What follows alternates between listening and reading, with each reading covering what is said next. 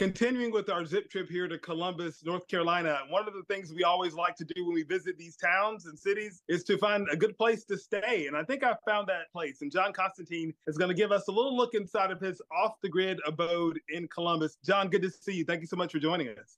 Yeah, thanks for having me, man. Yeah, so let's talk about how this off the grid creation came to be. It started as just as your own kind of off the grid abode, and now you're making it available for everyone. Man, I love being outside. I love being close to the mountains.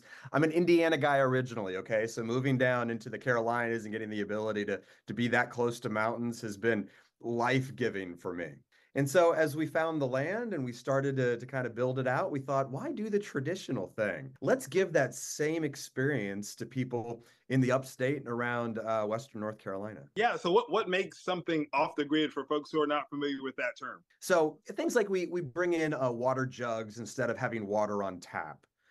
We have solar power instead of being able to just plug in all your electronic devices and watch your Netflix and hang out online with your YouTube. That's not the purpose of this. This is to escape the day to day, come up with something that's going to be so unique.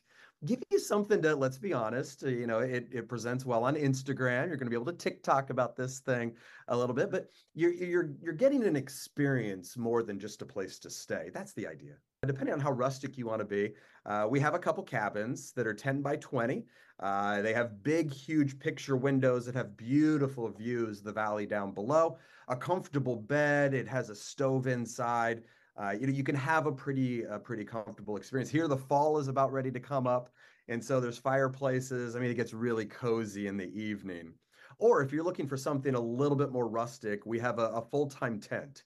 So, it's not a backpacking tent. It's not something that you have to set up. It's a big canvas tent, has a bed inside. But again, it's a little bit more practical for those of you that might not be comfortable with packing up your camping gear and going out and staying in a state park. What do you love about having this in the Columbus, North Carolina community?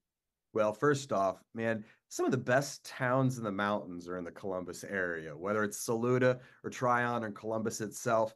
Fantastic food, amazing coffee shops. The locals are so welcoming. You walk down the street and everybody says hi. You get a little taste of that small town flavor. Hiking trails are abundant, waterfalls.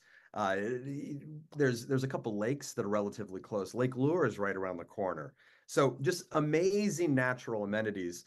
But man, even if you just want to stay on the property itself, we have 10 acres for you to wander around and figure out exactly, I don't know, self-reflect, unplug, just spend time with yourself. How can people find out more information about the property and book their stay?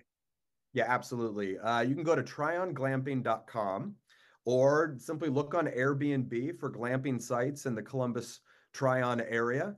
Or simple Google glamping in Western North Carolina. There's a couple of us out there, and listen, it's not competitive. Rising tide rises all ships. So regardless of who you choose, think about it as an experience that you're going to remember forever. A great bonding experience with the person you want to bring out there, and it's going to be something you'll not regret. We'll be sure to put all the information at our website, yourcarolina.tv. John, thank you so much for sharing your space with us. We appreciate it.